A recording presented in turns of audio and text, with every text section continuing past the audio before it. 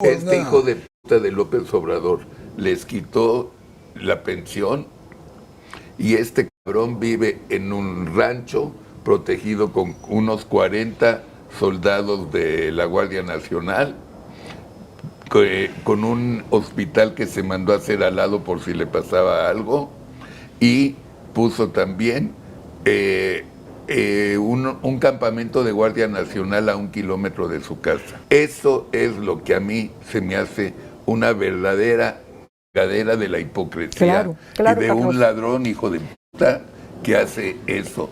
No, mira. López Obrador llegó al poder no para gobernar. No. Concibió la presidencia de la República como un auténtico botín. A mí me consta. ¿Se acuerdan que fue a Madrid? Y invité al presidente Calderón al fútbol, a ver el Real Madrid-Barcelona. Grave error, porque nos metieron 4-0 el pinche Barça, pero ok.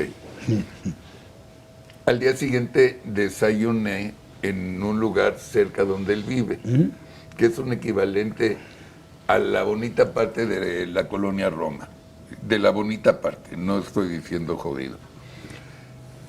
Llega caminando y me empieza a platicar que él vive muy cerca de ahí, por eso vino caminando y fue a su casa después de comer. Tiene un departamento de 62 metros cuadrados y guarda su bicicleta en la regadera, porque se transporta en bicicleta. El presidente de la República Mexicana y no recibe dinero. Okay. No, de hecho, este hijo de puta de López Obrador les quitó la pensión y este cabrón vive en un rancho protegido con unos 40 soldados de la Guardia Nacional, con un hospital que se mandó a hacer al lado por si le pasaba algo, y puso también un campamento de Guardia Nacional a 1 kilómetro de su casa. Eso es lo que a mí se me hace una verdadera cadera de la hipocresía y de Carlos. un ladrón hijo de puta que hace eso. No, mira, se me hizo el corazón así, chiquito. Porque Felipe no robó 1/5, No. y eso sí me consta. ¿Ok? Y por no robar 1/5 le quitan la pensión y el presidente vive como cualquier clase media española. Pero mira, tú no mencionabas, se vale, claro que no, carajo. pero volvemos a lo Mira, mismo. otra vez ya me dio claro, rabia. No, claro que sí, pero además volvemos a lo que decíamos al principio, Carlos. Lo que logró López Obrador fue hacer triunfar una narrativa del engaño. Cierto. Hizo triunfar la Cierto. mentira. Por eso decíamos que sin duda, bueno, pues es un excelente comunicador y corrijo, efectivamente, 30 millones de votos son los que le dieron los electores a López Obrador. Pero a ver, regreso, hablaste de muchos temas, mi querido abogado. Quiero mencionar uno que está en el fondo de lo que hemos estado platicando, a propósito de la debilidad política de la presidenta, que está, por cierto, en una columna reciente de hace, creo que fue de ayer o anteayer, de Salvador García Soto, donde habla del tema de Zoé Robledo, que es uno de los que tú también mencionaste, o debiste, no sé si lo Que no mencionaste, mencioné. pero que debiste mencionar en tu carta, porque efectivamente habla García Soto de que la presidenta, de acuerdo a las fuentes de García Soto, la presidenta tenía pensado despedirlo, destituirlo, sustituir al actual director del Seguro Social.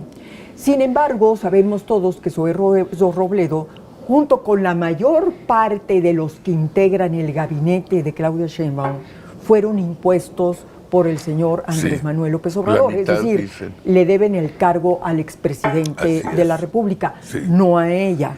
Entonces, ¿qué es lo que deja entender García Soto ahí? Que una vez que Zoé Robledo salió de la oficina de la presidenta, declaró a un reportero que estaba sólido, estaba seguro en el cargo. Es decir, la presidenta tuvo que recular y no despedir a Zoé Robledo. ¿Qué habla de esto? Esto se suma a muchos otros casos que han trascendido, de que evidencian que la señora presidenta no las tiene todas con ella. se trata de una presidenta que no tiene con ella la estructura del partido, no tiene con ella la mayor parte de los legisladores de Morena en el Congreso, no es parte de ella los gobernadores, casi todos los gobernadores que están en los distintos estados de la República. Entonces, aquí la pregunta es quién realmente está gobernando, quién es el que tiene el control de las riendas. Como decía el expresidente de Francia, François Mitterrand, Mitterrand le decía, en alguna ocasión le preguntaron a Mitterrand, ¿y sabes quién se lo preguntó? En un libro, en una entrevista que hizo libro de este poeta de origen judío, Elie Wiesel, que le preguntó a Mitterrand, le preguntó, señor presidente, ¿qué es el poder? Y Mitterrand dice, el poder es saber qué tecla tocar para que todo el mundo obedezca.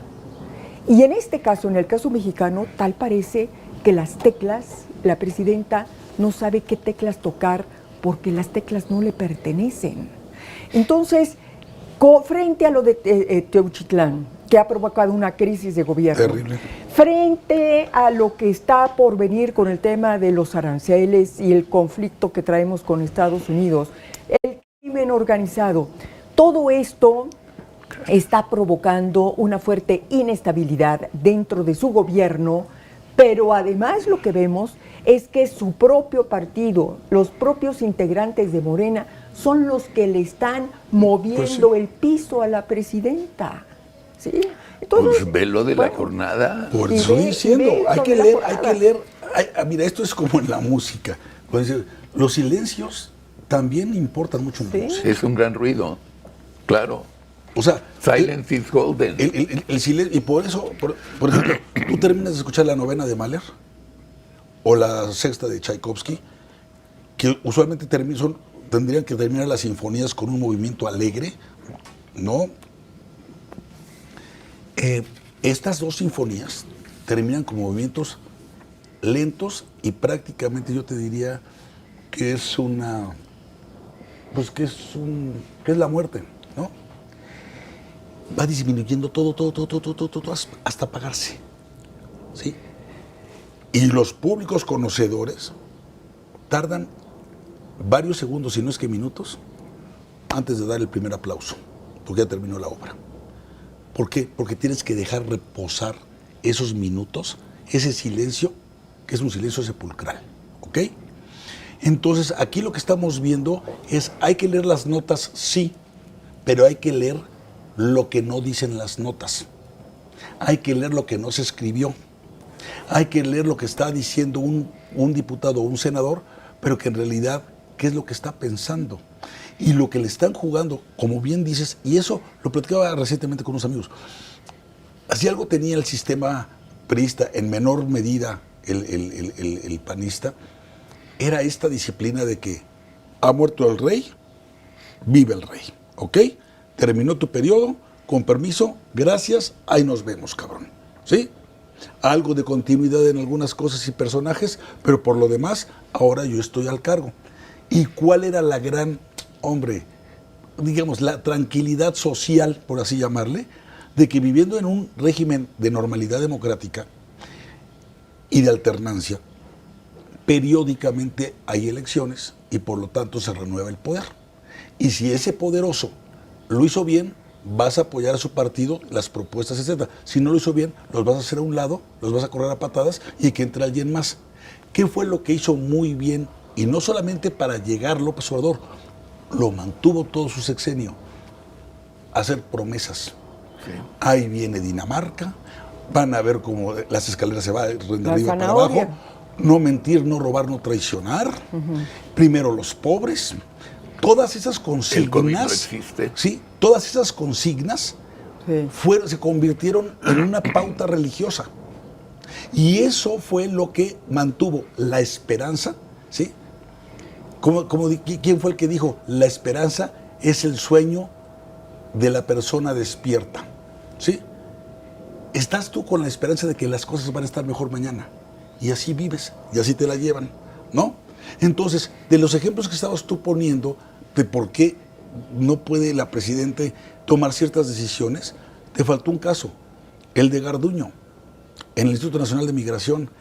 Ya lo habíamos platicado. Ella ya había anunciado al ex gobernador de Puebla, Sergio Salomón Céspedes, como titular de Migración. Dijo, tan pronto termine el 14 de diciembre su mandato, se viene conmigo al Instituto Nacional de Migración.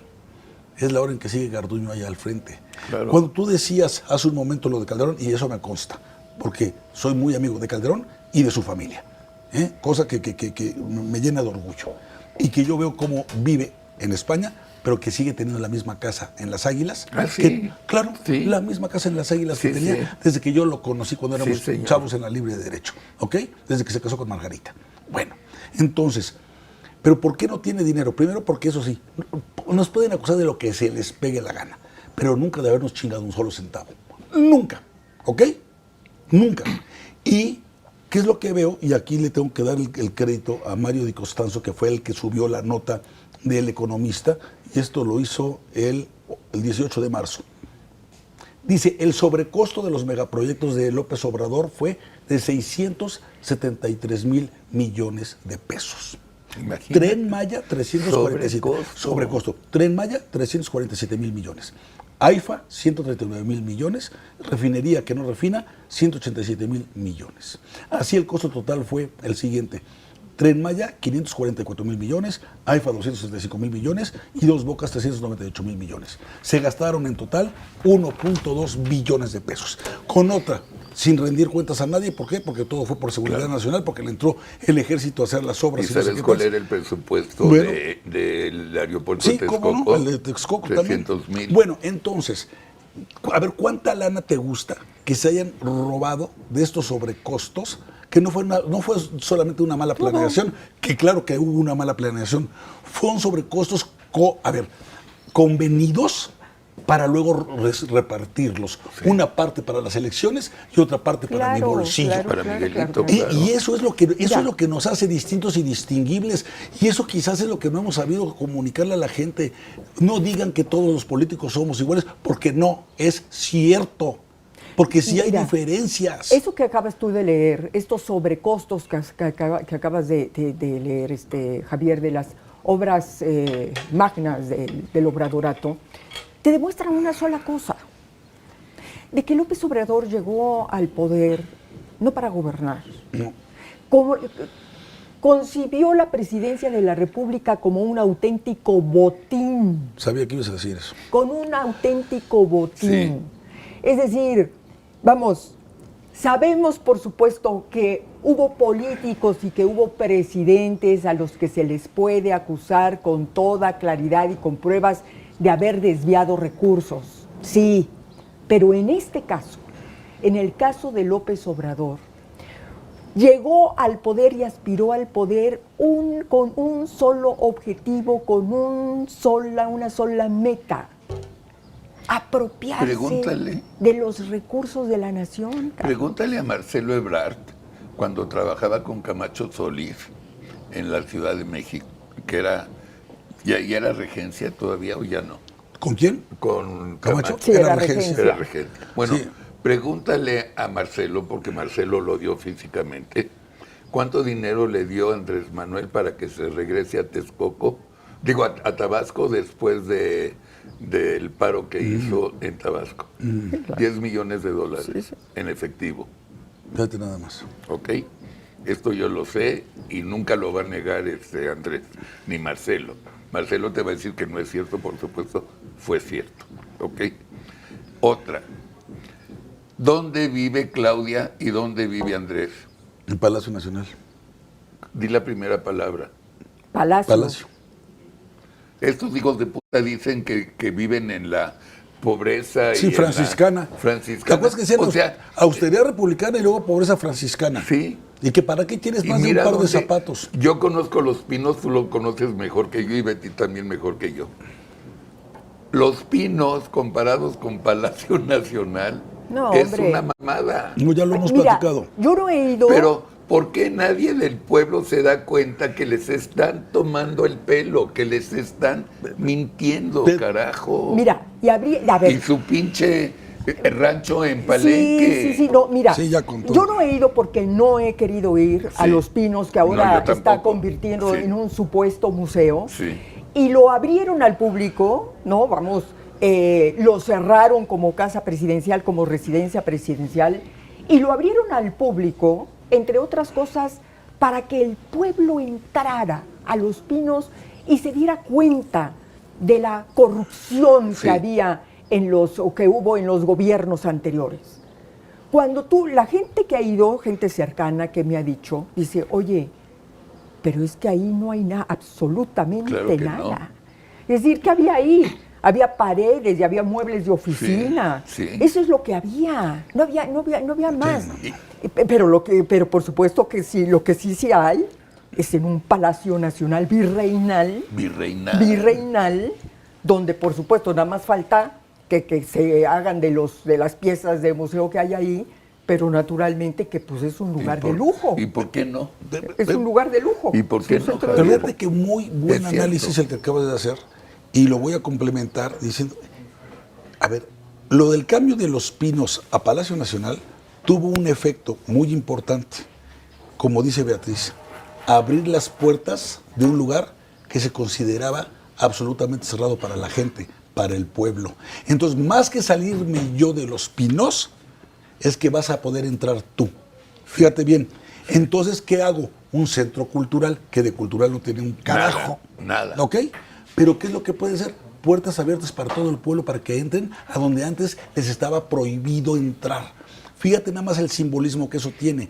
Yo estoy compartiendo mi casa, que antes estaba cerrada, ahora la estoy compartiendo contigo. Es más, puedes entrar el día que quieras, a la hora que quieras. Porque yo vivo en el Y palacio. entonces, bueno, y eso ya vale Pero madres. pues ya Eso cerraste el palacio. No, por eso, pero entonces eso ya no es lo relevante. Lo relevante es el simbolismo de haber abierto la puerta de Los Pinos al Sí, pueblo claro, de México. Para mí lo relevante es que estos son unos pinches mentirosos. Bueno, espérame. Que dicen pobreza franciscana y viven en un palacio. Por y eso. ese cabrón vive en otro palacio en Palenque con soldados y la chingada. Claro. ¿Cuál pobreza franciscana? Bueno. Es que le están viendo la cara de pendejos. Por eso. Abran los ojos, Por eso le fue carajo. como le fue al changoleón legislativo, a Fernández Noroña, ahora en su viaje a Estrasburgo, ¿no? O sea, fue un viaje malo de principio a fin. ¿Y qué es lo que más se le critica? Como criticaste a Pablo Gómez comiendo en pie de colchón o desayunando al imbécil de Saldívar con Loreto Ortiz también en pie de colchón. No está mal que vayan a esos A mí lugares, no no, me está mal molesta que eso. viajen en business class, Tampoco. pero que no sean hipócritas con un demonio, que no se las den de puritanos, que no se las den de austeros, que no se las den de franciscanos. Pero ¿sabes qué? Javier? A mí me parece que junto con toda esta lista que dio hace un momento Carlos, de todos los funcionarios de Morena que han desviado de recursos y están involucrados en temas de corrupción, tenemos que agregar el Huachicol, tenemos que agregar Claro. Teuchitlán, ahora tenemos Sí. que agregar Cuauhtémoc Blanco, sobre el que vamos a hablar ahorita. Todo esto, todo este conjunto lleva a una sola cosa, a saber una sola cosa, que Morena, la 4T, ya perdió de manera definitiva la batalla moral. ¿Me entiendes? ¿Tú crees, Betty? Sí, a ver, mira, sí, Si mañana hay elecciones, ¿qué pasaría según tú? pero a ver, sabemos por qué la ganarían, porque están repartiendo dinero. mucho. Pero a la luz de la opinión pública, ellos ya perdieron la batalla moral. Vamos, ya cada vez es más claro de lo que son. Ahora, regreso un poco a lo de Cuauhtémoc Blanco que tiene que ver con esto. A ver, tú fuiste secretario de Estado, Sí. mi querido Javier. ¿Sí? Yo supongo que un presidente de la República, cuando sabe que va a llegar al Congreso una iniciativa, un punto de acuerdo, un caso de desafuero, que es muy importante, Sí. yo supongo que el presidente de la República manda llamar o tiene una conversación con su bancada, cuando menos con su bancada, Sí. para saber qué destino puede tener esa iniciativa, sobre todo porque puede tener un impacto en su gobierno. Claro. ¿Qué pasó con el tema de Cuauhtémoc Blanco? Yo me pregunto, la presidenta siempre se justifica y argumenta que ella es respetuosa de la división de poderes, que sabemos que lo que